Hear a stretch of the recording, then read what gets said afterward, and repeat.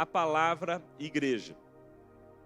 Jesus vai usar a palavra igreja 2 vezes. No Novo Testamento você vai encontrar essa palavra falada por Jesus em Mateus capítulo 16 e também em Mateus no capítulo 18.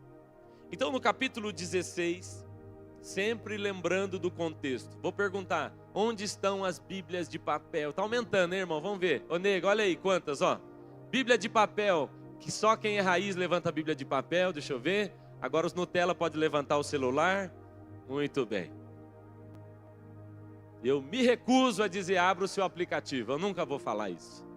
Abra a sua Bíblia. Isso. Nós vamos abrir a Bíblia de papel. Mateus capítulo 16. Então, Jesus está conversando com os seus discípulos.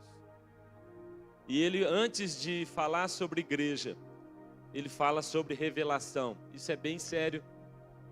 Se você e eu não tivermos uma revelação correta de Cristo, jamais teremos uma revelação correta da igreja, porque ele é cabeça da igreja. Então, antes dele falar sobre igreja, ele fala sobre revelação. E a pergunta é, quem eu sou para vocês? Porque só depois de respondermos quem Cristo é, nós poderemos viver igreja de fato. Então a Bíblia vai dizer agora, verso 18: eu também te digo que tu és Pedro, sobre esta rocha eu edificarei a minha igreja, e as portas do inferno não prevalecerão contra ela. Diga comigo, porta do inferno. É importante, irmãos, a gente frisar que a porta é do inferno. Porque dá a impressão, algumas vezes, que tem uns crentes, que eles estão achando que é a porta da igreja. Que o risco está na porta da igreja. Que a gente está assim, ó, segurando a porta da igreja, porque a qualquer momento o capeta pode entrar e acabar com a gente. É o contrário.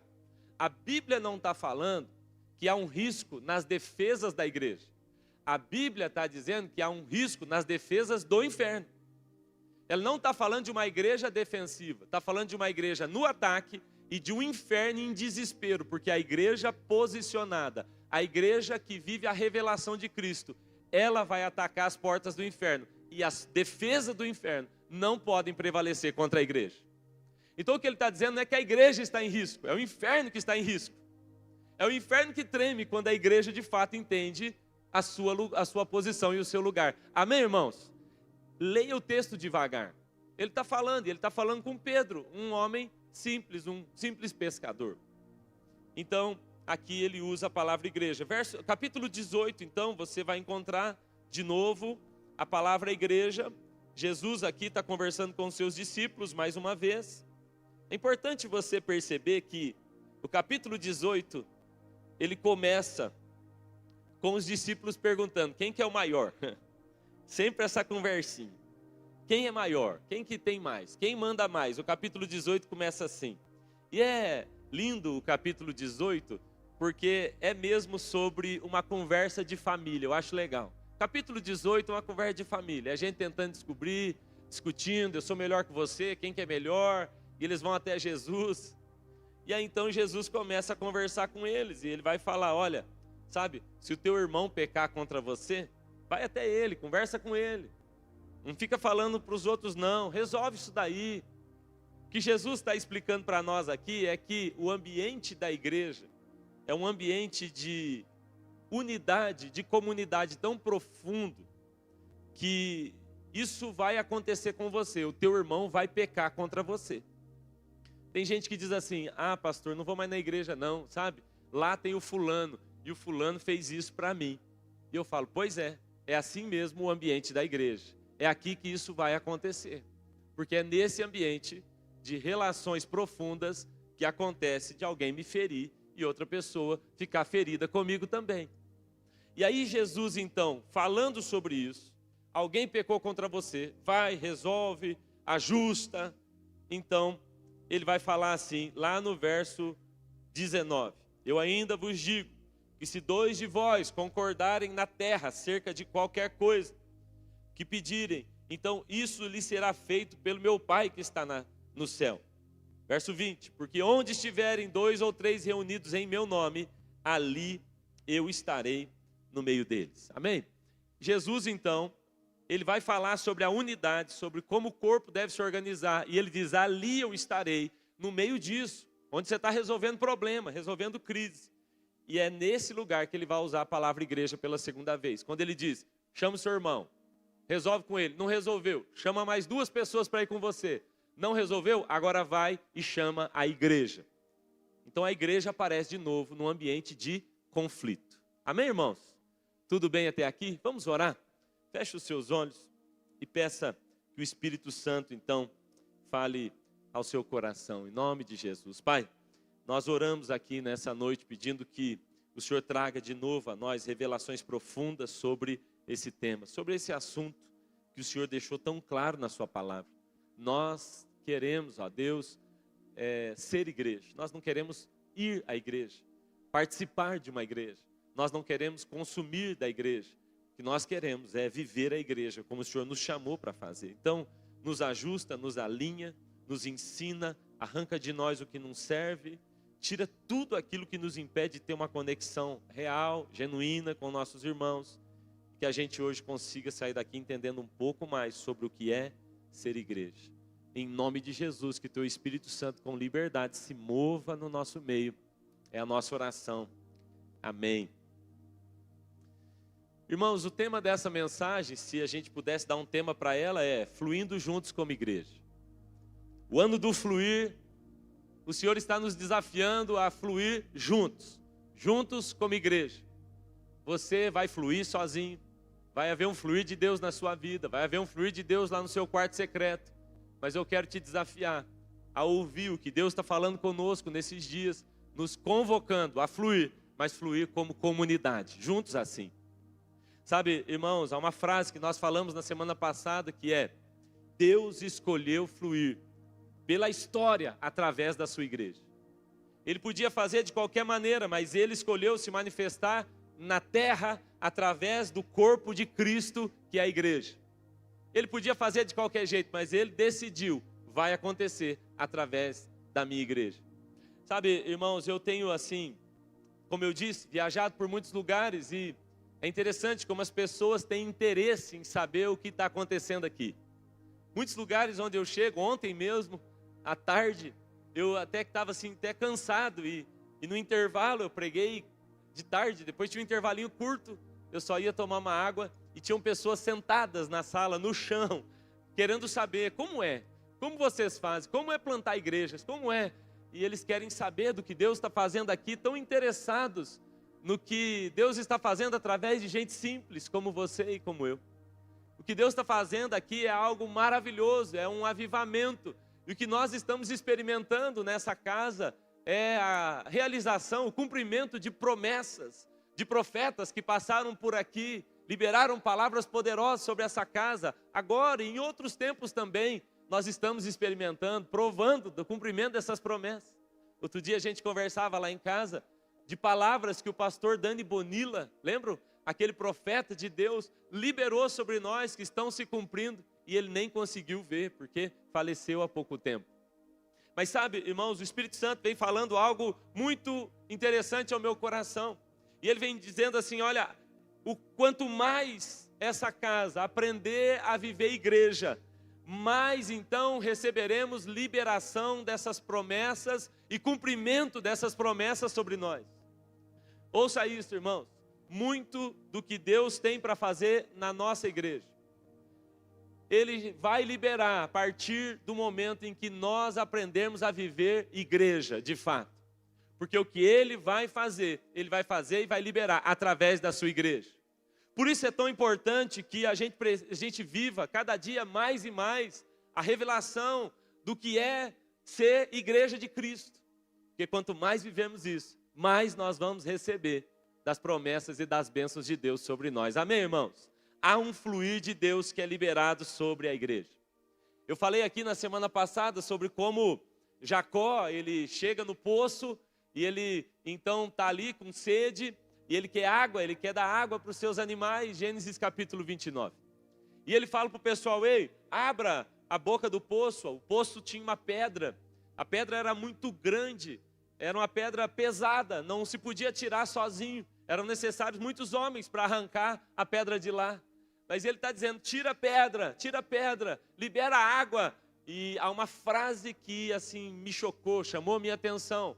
Porque os homens disseram, ei Jacó, nós não vamos tirar a pedra. Água não é liberada nesse ambiente. Você veio de um outro lugar, você não entende a nossa cultura. Mas nessa cultura é o seguinte, nós esperamos os rebanhos estarem reunidos. E quando o rebanho se une, sabe, irmãos, igreja nada mais é que um rebanho reunido. Igreja, de fato, é um rebanho reunido para viver a vontade do Pai. E eles disseram então para Jacó, quando o rebanho se reúne, então nessa hora a pedra é arrancada e a água é liberada. Há um fluir quando o rebanho está unido. Amém, irmãos? Eu acho legal porque, só abrindo um parênteses, Jacó ele fica tão impressionado quando Raquel chega. Se você for ler o texto, diz que ele tirou a pedra sozinho de lá.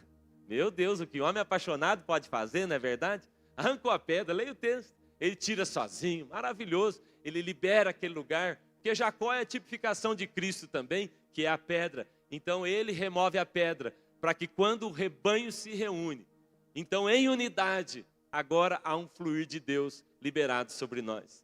Irmãos, eu falei isso na semana passada, quero repetir. Ninguém precisa de uma igreja para se encontrar com Cristo. Você pode encontrar com Cristo no trabalho, no meio do pecado, você pode encontrar com Ele na cadeia, qualquer lugar. Ninguém precisa de uma igreja para se encontrar com Cristo. Mas todos nós que já nos encontramos com Cristo, agora precisamos de uma igreja para desenvolver tudo aquilo que Deus quer que a gente viva e desenvolva. Sabe, irmãos, eu quero te convidar nesses dias. Nós vamos insistir com isso aqui como igreja. Quero te convidar para, assim, de maneira intencional, nós fluirmos como igreja. Eu sei que você tem aprendido a fluir sozinho, e eu quero, assim, confessar aqui publicamente, já falei semana passada, que nós temos, assim, insistido para que você flua no seu quarto secreto, flua na sala de oração, flua na sua vida devocional, mas eu acho que nós falhamos. Como pastor, eu quero confessar. Eu acho que a gente, assim, precisa desenvolver mais esse fluir como comunidade. Em unidade, juntos, assim, unidos mesmo. E eu acho que nesse ambiente, eu acho que talvez é algo que a gente está falhando e que se a gente aprender nesse ano de 2026, nós vamos provar de coisas que nós nunca pudemos provar em outros anos. Exatamente porque não conseguimos ser a igreja que Cristo quer que a gente seja.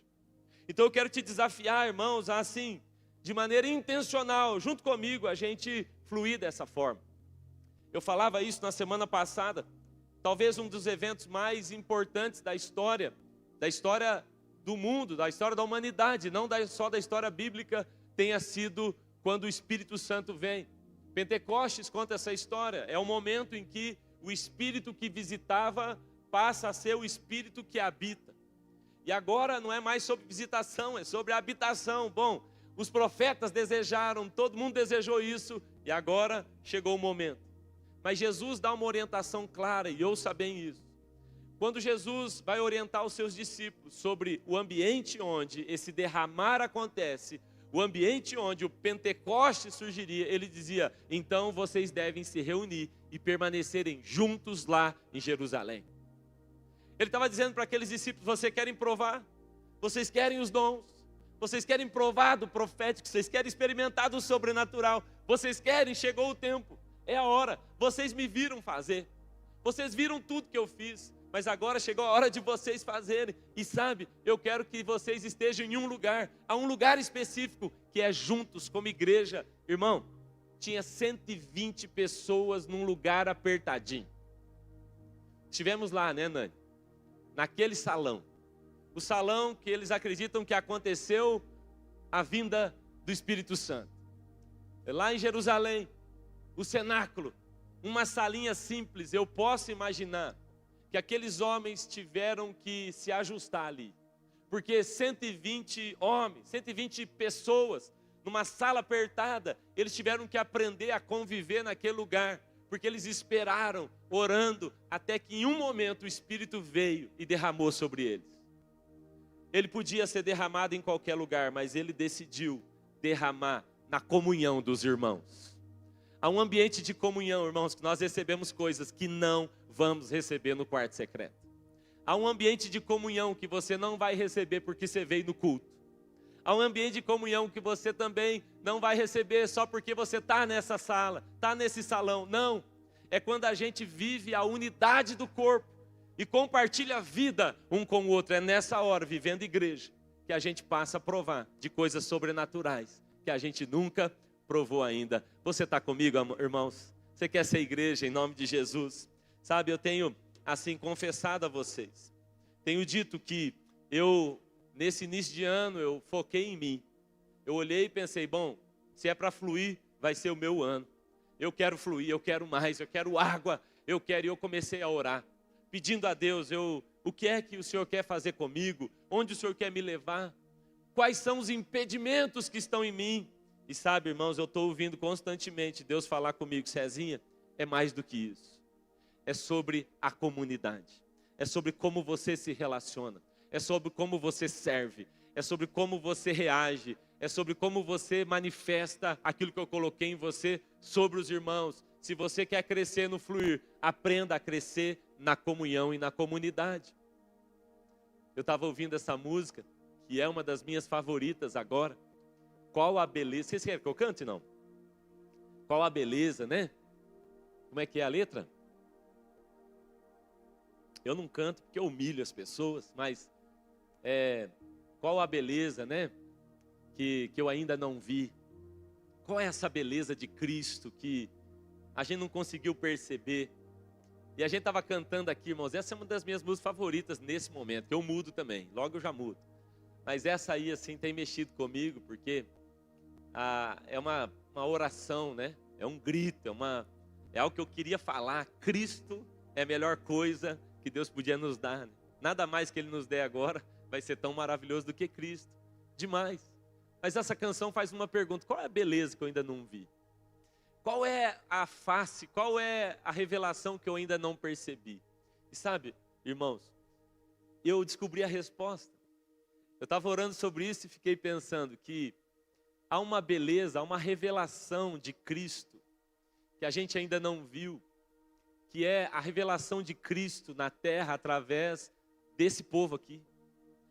Você quer uma resposta para essa pergunta? Dá uma olhada aí mais uma vez para a sua volta e eu te mostro. Está aí uma beleza de Cristo que talvez você não admirou ainda. Está aqui uma beleza de Cristo que talvez a gente ainda não deu valor, que é a comunhão, porque Ele está dizendo, esse aqui é o meu corpo. Quer saber mais de mim? Ei, viva mais a comunidade. Viva mais na comunhão. Na semana passada, eu gastei um tempo dizendo assim, o que não é ser igreja? Nós falamos um pouco sobre o que não é ser igreja. Eu disse, olha, antes de falar o que é, vamos falar sobre o que não é.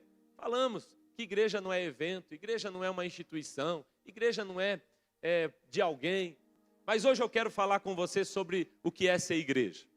O que é ser igreja segundo a Bíblia, o que nós somos. Então, se você está anotando, anote aí. Em primeiro lugar, nós somos o corpo de Cristo andando pelas ruas de Laranjeiras do Sul. Você quer saber o que é a igreja? Eu te digo, a igreja somos nós. O corpo de Cristo andando pelas ruas da cidade. Você já pensou? Irmão, quem aqui sonhou um dia ser parte dos 12 discípulos de Jesus? Você já pensou nisso? De vez em quando passa essas coisas pela nossa cabeça. Você já pensou? Já pensou se eu estou andando pela rua e encontro com Jesus? Então, o que a Bíblia está sugerindo é que a igreja é o corpo de Cristo andando por aqui. A igreja é a manifestação do reino de Deus aqui na terra. A igreja de Cristo é a instituição mais simples e poderosa de todo o universo. Isso é igreja. Mas sabe, eu anotei aqui algumas frases de pastores, líderes, avivalistas, frases que eles usaram para definir a igreja. Se você não conseguir anotar, depois a gente encaminha elas todas ali no grupo. Mas ouça bem, olha só, a igreja é o corpo vivo de Cristo na terra, formado por pessoas unidas a Cristo. Não se pode ir à igreja, somente ser igreja.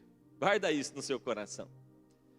Outra coisa, a igreja não é um clube social. Essa frase é de Billy Graham. A igreja não é um clube social. Ela é um corpo criado pelo Senhor para atender aos seus propósitos. Irmãos, isso vai definindo muito. Ouvir esses homens tão sábios vai nos ajudar. É um corpo criado pelo Senhor. Para qual fim? Para cumprir os seus próprios propósitos. A igreja de Cristo é onde o homem perde a sua vontade para ganhar a vontade de Deus. Outra definição: a igreja não é uma instituição para pessoas perfeitas, não. Ela é um santuário para pecadores salvos pela graça de Jesus, amém? A igreja é a única sociedade que existe para o benefício daqueles que não são seus membros. Já parou para pensar, irmãos? A igreja é uma sociedade organizada para abençoar aqueles que ainda não são membros e que estão lá fora precisando conhecer Jesus. Quer uma outra definição? Essa também é de Billy Graham. A igreja é a estratégia de Deus e não existe um plano B. Essa é de Billy Graham. Lutero disse o seguinte: a igreja não é feita de pedras ou de madeira. A igreja é feita de pessoas que creem profundamente em Jesus Cristo. Spurgeon disse: a igreja é a oficina de Deus e não o museu de Deus. Guarde isso, por favor. Isso não é um museu, isso é uma oficina. Nós estamos sendo preparados, ajustados para viver o propósito que Ele tem para nós. C.S. Lewis tem uma frase pesada, ouça essa: a igreja existe para nada mais senão atrair homens a Cristo, para torná-los pequenos cristos. Se ela não faz isso, todas as suas atividades, os seus patrimônios, são simplesmente perda de tempo. Olha só que pesado. John Wesley, um grande avivalista, ele disse assim também: eu não tenho outro objetivo senão o de viver e morrer em comunhão com a igreja. A gente vai ver esses caras que marcaram a história. John Wesley foi um dos homens mais ricos da sua época. Você sabia disso? Um dos homens mais ricos da sua época. Ficou conhecido por comer apenas batata para poder guardar o seu recurso para abençoar pessoas que ainda não conheciam Jesus. Ele dizia: olha, no fim da minha vida, vocês podem olhar nos meus bolsos ou na minha conta bancária, e se vocês encontrarem mais do que $5, considerem mentira tudo que eu preguei. E ele usou todo o seu recurso para levar pessoas a Cristo. Essa é a frase dele: eu não tenho outro objetivo senão o de viver e morrer em comunhão com a igreja. Tem uma frase do Tim Keller, ele faleceu há pouco tempo. Apesar de eu não gostar da ideia de igreja hospital, a frase dele é assim: a igreja é um hospital para pecadores e não um hotel para santos. Bom, isso ajuda a gente a definir um pouquinho sobre o que é a igreja, amém? Mas a Bíblia, para que a gente tivesse um entendimento melhor sobre o que de fato é a igreja, a Bíblia nos dá 3 analogias. Ela compara a igreja de 3 maneiras, pelo menos 3 maneiras, talvez tenham mais. Mas existem 3, irmãos, que são tão fáceis, talvez assim, eu acredito que fica fácil da gente compreender. Deus já fez isso com a gente, deixando na Bíblia essas analogias, para que a gente pudesse ter uma impressão visível do que Ele queria dizer. Então eu vou falar das 3 analogias que a Bíblia faz sobre igreja. Igreja como noiva, igreja como família e igreja como, como corpo. Isso aí, cansado, desculpa. Então vamos lá. Primeira delas, a Bíblia fala, quando compara a igreja a algo, a Bíblia diz que a igreja é a noiva de Cristo. Você pode olhar para quem está do seu lado e falar para ele assim: nós somos noiva de Cristo. Nós já tivemos problema com isso lá em casa, né, Sueli? Uma vez teve um rapaz na nossa casa que falou: não sou noiva porque eu sou macho. Falei: não, mas eu vou te explicar melhor isso aí, né? Mas tá bom, o princípio está ali bem aplicado, é macho mesmo, tudo bem. Mas a ideia de noiva, irmãos, é mesmo para que a gente tivesse uma noção de como a gente deveria se comportar. Quantas mulheres que estão aqui já foram ou são noivas hoje? Deixa eu ver. Já foi noiva ou é noiva agora? Deixa eu ver, levanta a mão bem alto. Eu fiquei noiva, levanta a mão. Você sabe como é que é? Não é verdade? Puxa vida, eu me lembro de quando eu fui pedir Suelen em noivado. Falei com o pai dela, com a mãe, foi toda uma história. E quando eu fui pedir ela em noivado, eu levei ela para um lugar que Eu tive pesadelos muito tempo, porque era um lugar assim que ficava em cima de um lago e era um deck. E muito tempo eu sonhei, tive pesadelos que eu estava pegando a aliança para entregar e caía na água e desaparecia. Mas aquele dia foi tão especial. E eu pude então colocar um anel ali no dedo da Suelen e agora dizer, é minha noiva e eu sou o seu noivo. E sabe, irmãos, isso biblicamente implica em coisas muito sérias. Porque quando a Bíblia está falando para nós que nós somos noiva, a noiva de Cristo, para ter um entendimento de como a gente deve viver, isso implica em pelo menos 3 coisas. Se você está anotando, anote aí. Número 1, preparo. Se você foi noiva ou é noiva, você sabe, hein, Kézia? É um grande tempo de preparo, sim ou não? Ah, irmão, eu não aguentava mais, para falar a verdade. Todas as nossas conversas eram sobre isso agora. A Suelen tinha a lista. O que uma noiva tem que fazer 12 meses antes. O que uma noiva tem que fazer 11 meses antes. E ela tinha uma lista, irmãos, até chegar no dia. Tudo que tinha que fazer, porque noivas se preparam, amém? Noivas estão se preparando. Sabe, biblicamente, o tempo de noivado, chamado também de tempo de desposamento, biblicamente esse tempo, ele não é só, talvez no nosso contexto, o noivado é uma coisa simples, pôs um anel, não deu certo, tira um anel. Não, naquela época tratava-se de um compromisso super sério. A ponto de que se alguém no período de noivado cometesse então um adultério ou tivesse algum problema, irmãos, a pessoa poderia morrer. Porque o nível de comprometimento e compromisso nesse período era assim altíssimo. Tanto que vocês se lembram da história de José e Maria. Maria e José já estão noivos, já estão no tempo de desposamento, ou seja, não tem mais volta. É dali para frente, é dali para o casamento. E ela de repente aparece grávida. É por isso que a situação ficou tão esquisita. Mas José sustentou. Então preste atenção. Nós estamos no tempo de desposamento. Há um noivado e há um noivo que vai vir nos encontrar, amém? E o primeiro aspecto que a gente deve perceber é que a noiva, ela tem uma dedicação exclusiva para o preparo do seu casamento com o seu noivo. Deixa eu te perguntar, como é que você está se preparando para esse encontro? Como tem sido o seu preparo para esse momento? O segundo aspecto da noiva é que não só é preparo, mas também é pureza, santidade. Sabe, a Bíblia quando fala da noiva, ele diz, ele vai vir buscar. Mas ele vem buscar uma noiva sem rugas e sem máculas. Eu tenho medo sempre de falar rúculas nessa hora. Mas sabe, irmãos, a Bíblia diz que a noiva que ele vem buscar, uma noiva que se preparou, uma noiva que se santificou, é uma noiva pura, é isso que a Bíblia está dizendo. Eu lembro que no dia do nosso casamento, Suelen teve o dia da noiva. O meu dia do noivo foi bem estranho. Eu cortei a unha e fiquei o dia inteiro levando coisa para a festa, carregando freezer nas costas. É o dia do noivo. E ela mandava fotos deitada na banheira. O dia da noiva, enrolada num papel. Um dia você não ficou enrolada num... Eu estou lembrando disso agora. Teve um dia que ela mandou lá que ela estava enrolada num plástico, sei lá, não era? Achei que alguém ia te entregar de presente para mim, enrolada num papel bolha. Não, ela enrolou, eu estou lembrando isso. A mãe dela mandou uma foto para mim, enrolada em plástico. Falei, que deve? Não, ela está preparando. Falei, deixa ela preparada.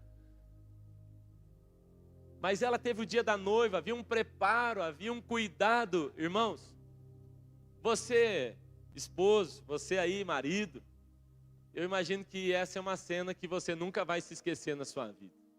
Eu nunca mais vou esquecer.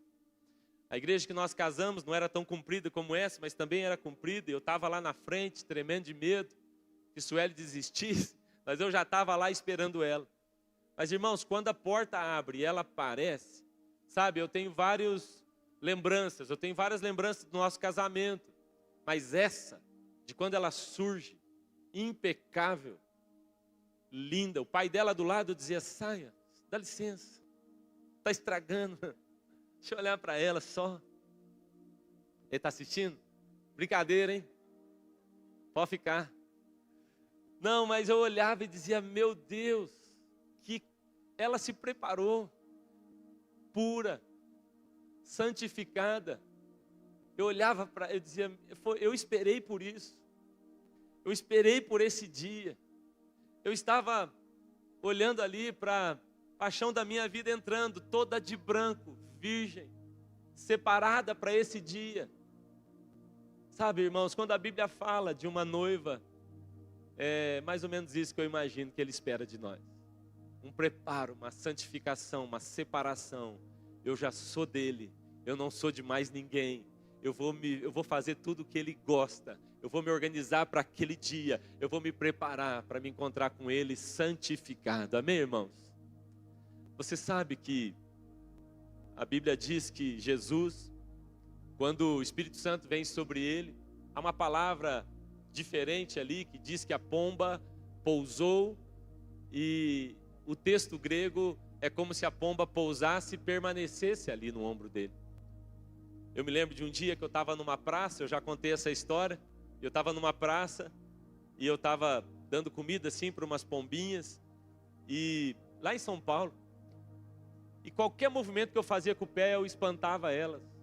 E um dia o Espírito Santo falou comigo: Cezinho, cuidado para não espantar, cuidado para não afastar o meu espírito, cuidado para você não abafar a ação do meu espírito.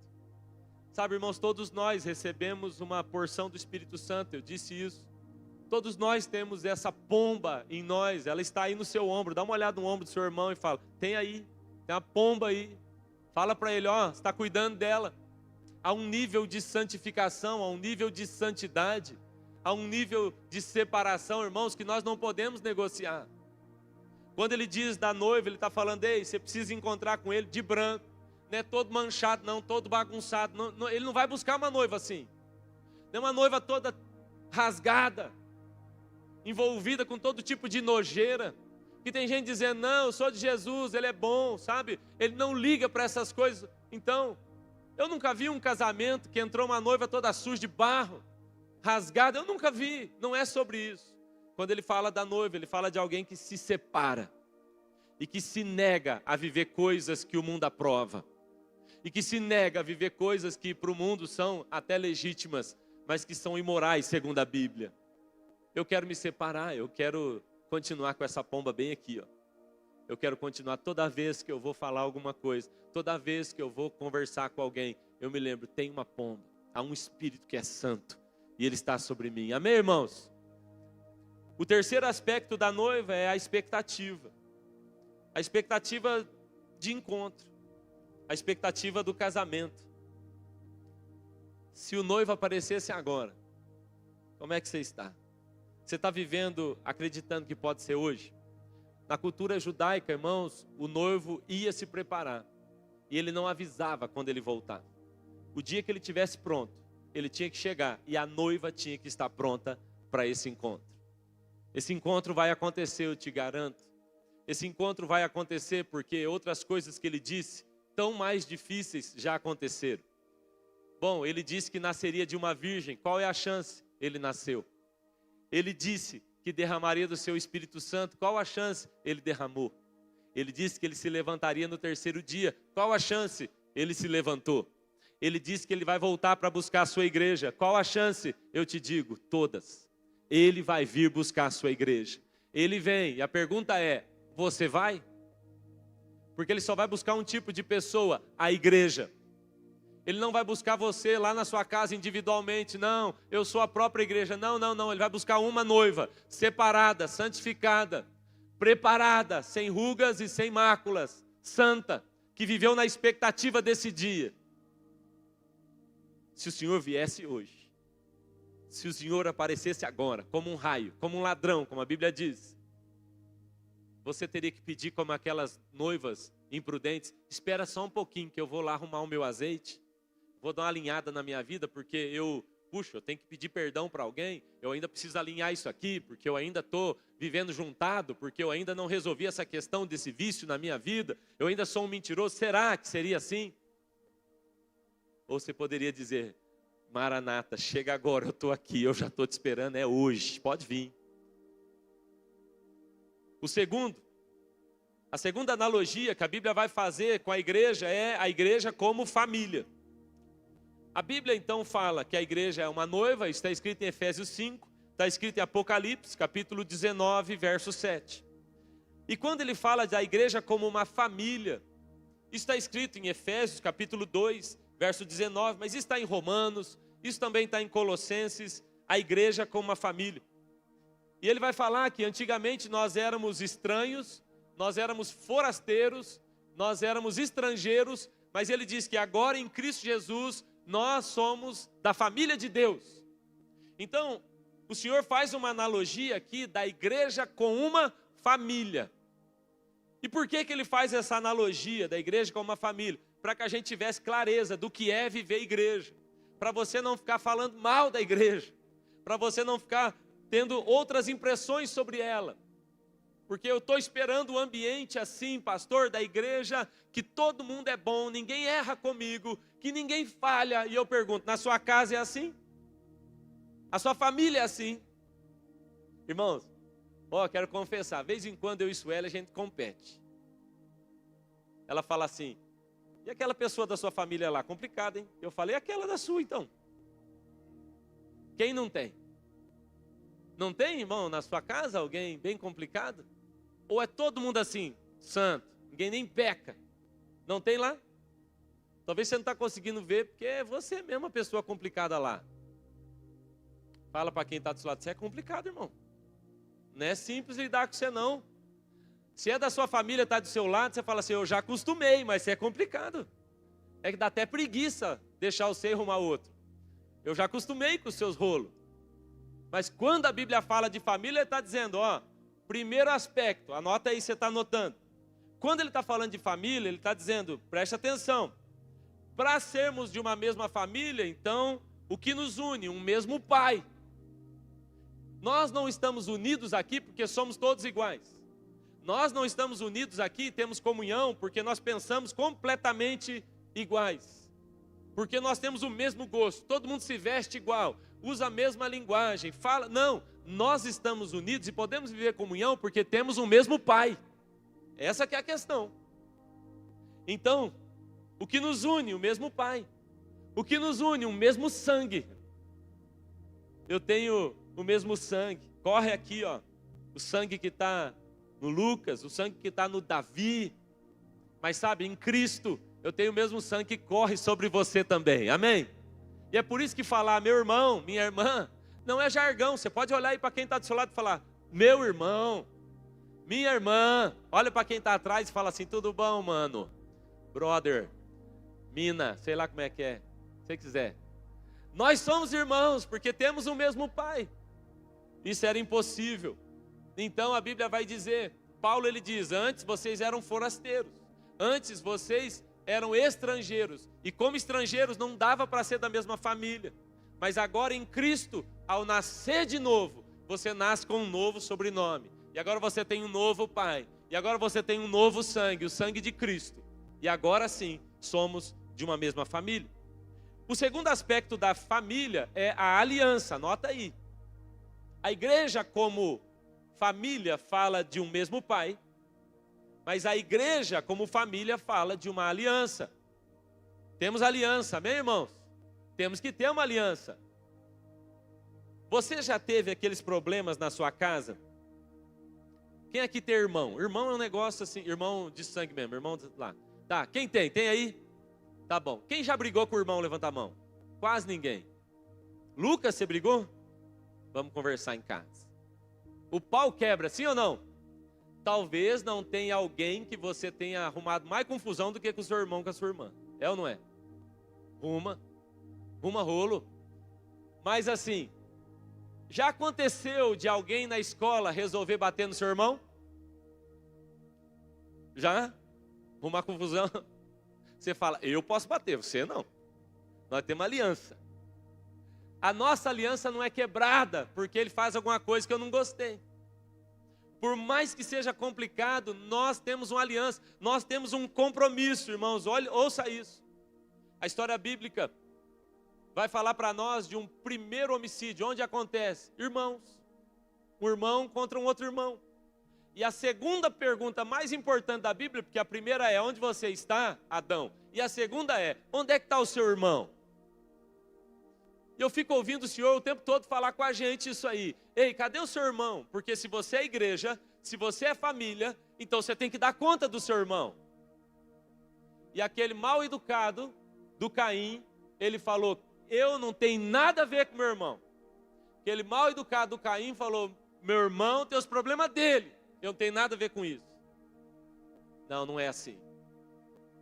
Nós temos tudo a ver com os seus problemas. Uma vez uma pessoa falou para a gente o seguinte: pastor, chamei ele para um confronto.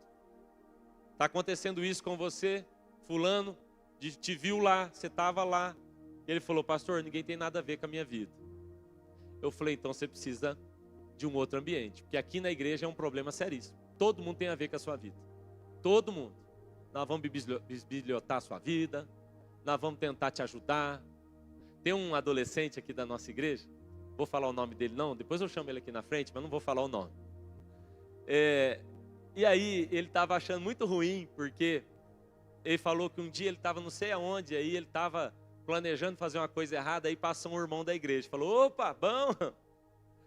E aí depois ele estava numa outra situação, de novo, num outro ponto da cidade, e mais uma vez passou um irmão lá e falou: opa, bom.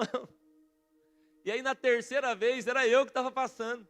Eu dei um bom para ele também. Aí eu falei, né, com os pais me contaram, e eu falei assim: ó, avisa ele que ele tem tio na cidade inteira. E ele vai ter problema toda vez que ele tentar fazer uma coisa errada. Nós vamos estar lá, porque nós vamos cuidar dele. Nós vamos abraçar esse menino, porque nós somos uma família, e família tem aliança. Amém, irmãos? Então você carrega o mesmo sangue. Como é que você não tem uma aliança? Você tem o mesmo pai. Como é que não tem aliança? Temos uma aliança. Amém? Se quisermos viver igreja e fluir como igreja, nós vamos ter que aprender a viver a aliança. E o terceiro aspecto da família são os conflitos. Como eu falei, talvez você não tenha tido mais problema na sua vida do que com o irmão, com a irmã. O pau quebrava, sim ou não? Uma vez, meu pai falou assim para nós: o meu irmão mais velho, tomara que ele esteja ouvindo, que assim, que vergonha. E aí esse meu irmão mais velho, ele resolveu pintar o cabelo dele de loiro. Naquela época não fazia isso, né? Agora está mais comum.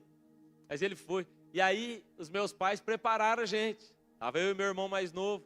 Falou: ó, ele vai chegar aqui e ele está com o cabelo assim, respeita ele e tal. Claro, claro. Não, para deixar. Ele é mais moreno, né? Esse meu irmão mais velho. E aí nós estamos lá, eu e o Marco Antônio, esperando a chegada dele. E ele chegou. E a hora que ele entrou com aquele cabelo loiro, e eu fiquei olhando para aquilo tão estranho. E o meu irmão falou assim: ó, o Michael Jackson. E aí o meu irmão já tacou um negócio na cabeça dele, o pau quebrou. E nunca passou por isso na sua casa? Não? Já aconteceu com você não? Seu irmão pegar pelos cabelos? Nunca aconteceu lá, né? Agora me fala, você mudou de sobrenome? Você saiu dessa família? Sabe o que a Bíblia diz? Quando Jesus usa a palavra igreja, é num contexto assim: se o teu irmão pecar contra você. Se o teu irmão pecar contra você, se você está vivendo num nível de igreja que não dá, Francis, para eu pecar contra você, nós não estamos vivendo igreja certo. Porque a igreja só pode ser vivida no nível certo se tem espaço para eu errar contra você, senão nós estamos longe demais. E Jesus vai dizer: se o teu irmão pecar contra você, ele está garantindo, vai acontecer. Na igreja vai ter esse tipo de conflito, que é assim na família, mas a gente não se larga, nós temos compromisso, nós temos aliança, a gente continua junto e a gente continua fazendo a vontade do Pai. Amém, irmãos? Em nome de Jesus. A terceira analogia que a Bíblia usa é o corpo. E agora a Bíblia vai dizer então que em Efésios capítulo 1, verso 22, em outros textos também vai falar. E quando ela trata da analogia então do corpo, ela está falando que todos no corpo têm um lugar e uma posição. Isso é muito importante. Se você quer viver igreja, é importante que você saiba que você é um membro importante no corpo. Você é um membro importante no corpo. É importante você saber isso. Com funções diferentes, mas super importante. Quando a Bíblia diz que nós somos parte do corpo de Cristo, a igreja é o corpo de Cristo, ele também vai dizer cada um no seu lugar, cada membro no seu lugar. Outro dia, uma pessoa falou, se nós somos membros do corpo de Cristo, aquele irmão que é tão querido, ele é o olho azul de Cristo. Que irmão maravilhoso. Mas tem outros lugares também, não tem? Tem o dedinho do pé, ninguém quer estar lá. Tem funções, tem lugares, irmãos, e todos são importantes, amém? Então, quando você não cumpre a sua função, quando você não age no lugar onde você foi colocado e conectado no corpo, você faz muita falta. Faz muita falta. Então, em primeiro lugar, como igreja, a igreja como corpo, você precisa se lembrar que você tem um lugar, você tem uma posição. Há algo que Deus deu para você, graça, que esse corpo aqui precisa, para que a gente continue manifestando Cristo. Não importa qual seja a sua função, ela é preciosa, porque foi o Senhor quem te colocou nesse lugar, amém? Em segundo lugar, quando fala de corpo, fala de uma submissão à cabeça. Está dizendo de uma igreja que se compromete, submete completamente aos estímulos da cabeça, que é Cristo. Não é sobre fazer o que a gente quer, não é sobre preparar um culto para nós mesmos, não é sobre viver o ministério do nosso jeito, é sobre perguntar para Cristo o que é que o Senhor quer que a gente faça.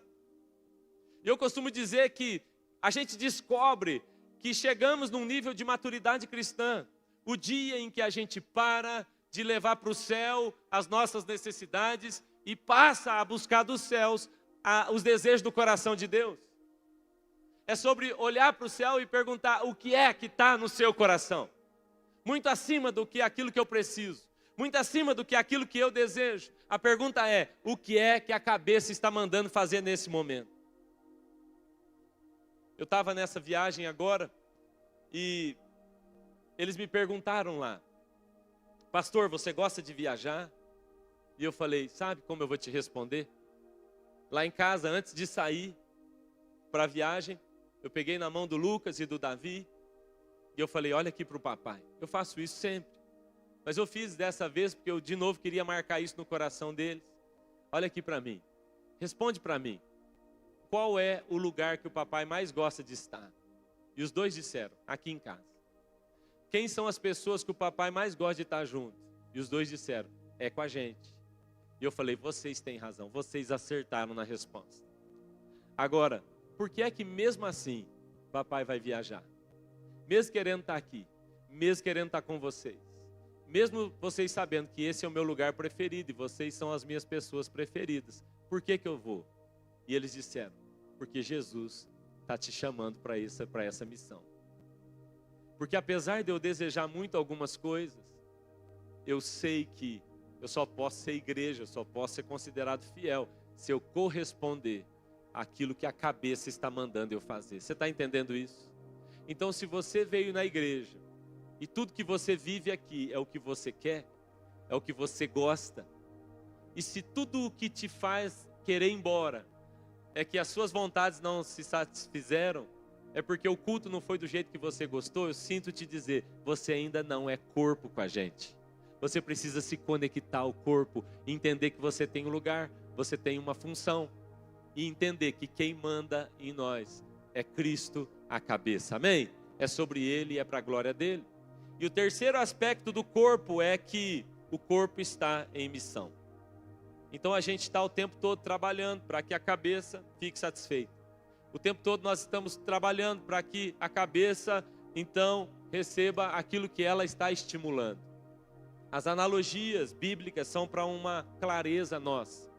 Deus nos chamou para ser igreja como família. Deus nos chamou para ser igreja como corpo. E Ele nos chamou para ser igreja como uma noiva. Amém, irmãos? E eu termino essa mensagem te fazendo uma pergunta e a gente já vai orar. A pergunta é, para você, na sua concepção, no seu entendimento bíblico, onde é que a igreja nasce? Quando ela nasce e onde ela nasce? A gente pode ter, assim, ao longo da nossa vida, ouvido algumas coisas que não são verdadeiras. Outro dia eu ouvi alguém dizer, a igreja nasceu em Roma. E é por isso que a única igreja que existe é a igreja católica, apostólica, romana. E eu digo, não, isso não é bíblico. Isso não é bíblico. A igreja nasce em Jerusalém. A verdade é que a igreja está tipificada lá em Adão, quando o Senhor tira do lado de Adão e faz a noiva, ele estava dizendo, a noiva vai sair de Cristo, é parte dele. A noiva e Cristo são a mesma coisa. E é por isso que quando Paulo, ele ouve a primeira vez de Jesus, o som, ele fala, Saulo, Saulo, por que você me persegue? Saulo nunca tinha perseguido Jesus, mas perseguiu a igreja. E a igreja e Cristo são a mesma coisa. É por isso que é tolice rejeitar a igreja e dizer, sou de Jesus, mas não gosto da igreja. É impossível você ter uma relação comigo dizendo, gosto de você, mas odeio a Sueli. Não vai dar. Nós devemos então amar a noiva, assim como nós amamos o noivo. Então, a igreja está nascendo, ela está tipificada ali no Éden, e depois, lá na crucificação, a gente sabe que mais uma vez eles furam o lado de Jesus, e ao furar o lado de Jesus, a Bíblia diz que sai água com sangue, é quase que um parto acontecendo, e naquela hora, mais uma vez, o que está acontecendo é a tipificação do nascimento da igreja. Quando Judas vendeu Jesus por 30 moedas de prata, aquele não era o valor que era pago por um homem, aquele era o valor pago por uma mulher. Eles estavam assim desprezando Jesus ao oferecer 30 moedas. Um homem valia muito mais, mas o que eles não sabiam é que aquele valor estava sendo pago mesmo por uma mulher, mas não Cristo, a igreja que nasceria naquele dia. A igreja está lá. E depois, a concepção bíblica da igreja, o nascimento visível da igreja, acontece em Atos no capítulo 2. Atos 2, a igreja nasce. Por isso, a igreja, ela é católica, ela é apostólica, mas ela não é romana. Porque a igreja nasce em Jerusalém, como um plano de muitos anos do Senhor. É assim que a igreja nasce. E por que é tão importante saber onde ela nasce? Ela nasce em Jerusalém, ela nasce em Pentecostes. É a partir dali que a igreja então vai correr o mundo todo. Por que é tão importante entender onde ela nasce? Porque quando a gente volta na origem, a gente entende o propósito. Quando a gente volta no início, a gente começa a captar também coisas que nós talvez perdemos pelo caminho. Ouça esse número. Há uma estatística que diz que assim que a igreja nasce, 100 anos depois que ela nasceu, ou menos, talvez ali 70 anos depois do seu nascimento, haviam 125 mil cristãos apenas. Já pensou que pouquinho? Em todo o mundo, 100 anos depois do nascimento da igreja, haviam apenas 25 mil cristãos. É pouco, não é? Só que essa igreja poderosa, essa igreja primitiva, esses números vão dizer que 300 anos depois, a igreja que era 25 mil, agora ela é 20 milhões de cristãos. É um crescimento assustador, sim ou não? Porque se em 100 anos depois de Cristo, ela era 25 mil, 300 anos depois de Cristo, ela é agora 20 milhões, ou seja, é um crescimento assustador. O que está acontecendo? Essa igreja sabia o seu propósito. A igreja primitiva se organizava de uma forma que a gente precisa voltar a se organizar. A igreja em sua origem, ela estava organizada de uma forma, irmãos, que a gente precisa olhar e voltar a viver aquilo como igreja, se a gente quiser mesmo marcar essa geração. Aqueles irmãos que viveram tudo isso já passaram, mas agora eles estão olhando para nós lá do céu e dizendo, vamos gente, é com vocês, nós já fizemos a nossa parte, vocês têm mais recursos, se vocês puderem viver a igreja de fato, vai causar um impacto nessa geração poderoso. A igreja primitiva era uma igreja de oração. A igreja primitiva era uma igreja que se reunia no templo, se reunia nas casas. Era uma igreja generosa, era uma igreja de poder, de milagre, de comunhão. Uma igreja de comunidade, uma igreja de dons. Uma igreja de cuidado mútuo, uma igreja que avançava de maneira missionária, uma igreja de plantação de igrejas. Eu quero nessa noite pedir que o Espírito Santo gere em nós um grande temor. O temor de sermos noiva dele, o temor de sermos corpo dele, o temor de sermos família dele, o temor de ser chamado por um nome tão precioso, o nome de igreja de Cristo. O Senhor decidiu se mover sobre a face da terra. E Ele decidiu fazer isso através de nós. Eu quero agradecer você que está aqui nos visitando. Deus te abençoe. Venha mais vezes. Mas eu quero que você saiba que nós não somos uma reunião para você visitar. Nós somos uma casa para você pertencer. Nós queremos que você esteja conectado ao corpo como nós estamos. Talvez você diga assim, mas eu estou vindo aqui primeira vez, sabe, pastor? Eu cheguei, eu era de uma outra igreja, eu nem sei muito bem. Ouça bem, não há lugar melhor, não há ambiente melhor para você estar conectado do que a igreja de Cristo. Eu não estou dizendo que a comunidade Zoe é a melhor igreja. Eu não estou dizendo que a comunidade Zoe é a única igreja. Nessa cidade temos excelentes igrejas, pastores, líderes, que estão fazendo um trabalho maravilhoso. Nós somos um entre outros e nós estamos felizes com isso. A questão não é a denominação, a questão é a igreja de Cristo, de modo geral. E você precisa ser parte dela. Nós precisamos viver a igreja, comunidade, a comunhão, a unidade como nunca vivemos. Porque nunca estivemos tão próximos da volta do noivo. E ele vem para encontrar apenas uma pessoa, a sua noiva preparada. Amém, irmãos? Vamos orar? Fique de pé, por favor.